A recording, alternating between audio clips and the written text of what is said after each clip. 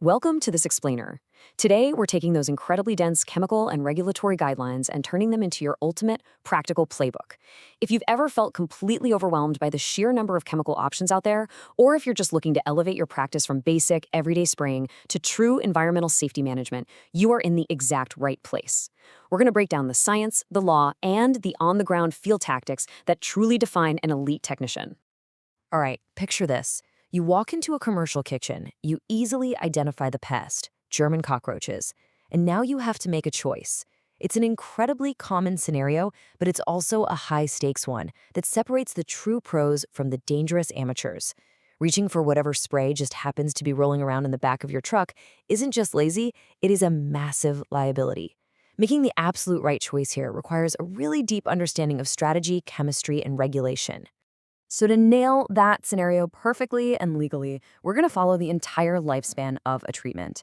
We'll hit the decision chain, dive into active materials and formulation engineering, decode the chemical safety regulations with the CLP, and finally, lock it all down with real-world field decisions. First up, the decision chain.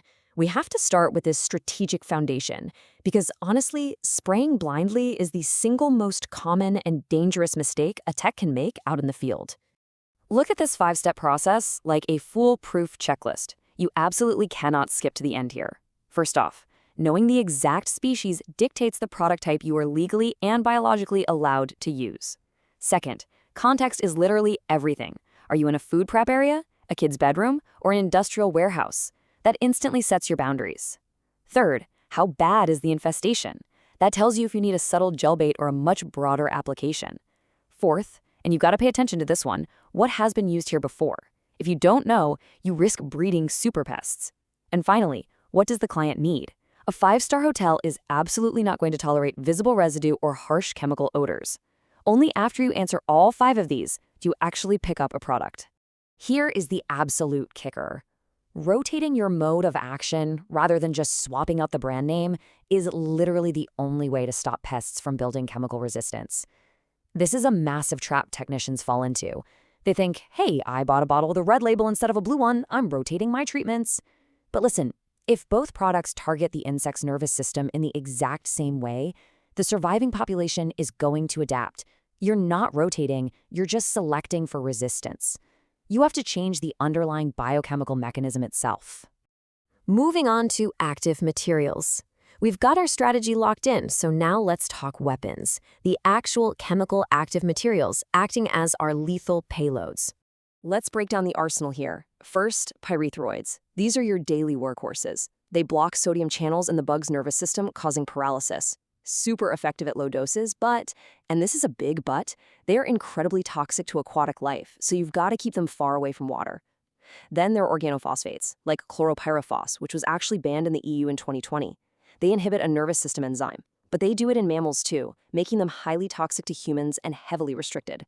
Next up, neonicotinoids. These are fantastic because insect receptors are way more sensitive to them than our receptors are, making them super effective in targeted gels with a much lower risk to vertebrates. And finally, insect growth regulators, or IGRs. These are wild. They don't just kill the adult bug in front of you. Instead, they stop the insect from molting its exoskeleton or they make them grow up sterile. It's the ultimate long game, wiping out the entire next generation. Now, look at how rodenticides stack up. First-generation anticoagulant rodenticides, or FGAARs, are the older tech. A rat actually has to come back and hit the bait for several days to get a lethal dose. If your bait station runs empty on day 2, that rat is probably going to survive. But second-generation SGARs are a totally different beast. A single feed can deliver a lethal dose. Because they are so insanely potent, the rules of engagement are super strict. You can't just toss this stuff into a corner. It absolutely requires secured, locked bait stations to make sure a passing dog or an owl that might eat a poisoned rat doesn't become collateral damage. Section 3, Formulation Engineering. So, you've picked your payload, right? Now, how do we actually deliver it? Because let's be real, the best active chemical in the world is completely useless if the formulation doesn't deliver it to the pest under real-world conditions. If it evaporates before the insect even touches it or washes away in a rainstorm, your whole treatment has failed. Check this out. Dustable powders, fantastic for false ceilings, where moisture isn't an issue. Rodenticide blocks use waxy anti-paraffins so they don't just melt into mush the second it rains. But look at capsule suspensions, or CS. This is basically sci-fi engineering.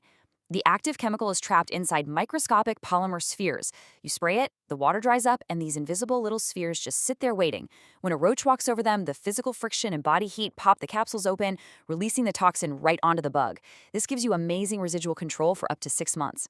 Gels, on the other hand, are the absolute gold standard for precision. You put a tiny drop right in a crack. No airborne spray, zero environmental contamination. Perfect for sensitive spots like hospitals and schools. All right, Section 4, decoding the CLP. Understanding the rules of engagement here is literally what keeps you and your clients safe.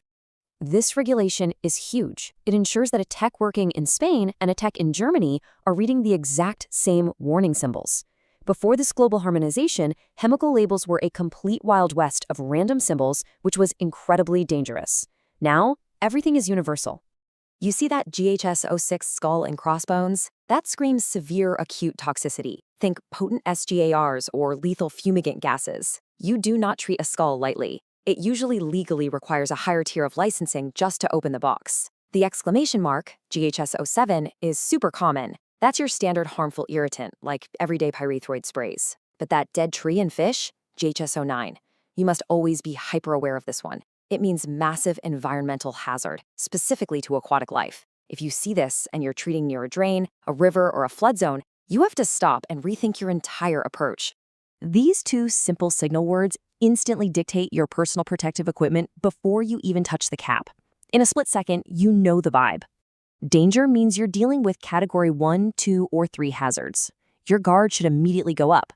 We're talking specialized respirators, thick chemical gloves, the whole shebang. Warning, on the other hand, tells you that while the chemical still demands your professional respect, standard precautions and your baseline PPE are going to be enough. And we pair those visual pictures with H phrases that diagnose the exact danger and P phrases that prescribe your mandatory safety response. H stands for hazard.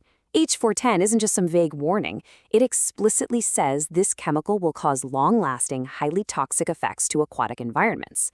P stands for precautionary. And guys, these are not suggestions. If P260 says do not breathe the spray, it means you legally must wear a mask. If P270 says don't eat or drink while applying it, well, obviously don't eat, because incidental ingestion would be an absolute disaster. So if there is one crucial point you take away from this explainer, it's this. Ignoring the label isn't just a technical goof, it's a massive legal liability. If something goes wrong out there, say a pet gets sick or a local waterway gets contaminated, the very first thing authorities will check is if you adhered to that label. If you went off-label, all the liability lands squarely on your shoulders. The label is the law. Finally, Section 5, Field Decisions. Let's put all this theory to the ultimate real-world test. Think about how you'd apply the entire decision chain here. In scenario A, you're in a hospital. You've got highly vulnerable patients nearby. A pyrethroid spray with an exclamation mark that goes airborne? Completely unacceptable. No way. You must choose a gel formulation, likely a neocotinoid, and apply it directly into the cracks. It leaves zero environmental residue and presents basically zero inhalation risk. Now, scenario B. A massive rat population outside a logistics warehouse. A first-generation bait just isn't going to cut it against that kind of population pressure. You need the heavy-hitting, single-dose stopping power of an SGR. But because it's got that skull and crossbones on the label, you are legally mandated to lock it up tight in heavy, tamper-proof stations so the local wildlife stays totally safe. I want to leave you with this provocative question. If things go sideways, if secondary poisoning happens or someone inhales a neurotoxin, who is responsible?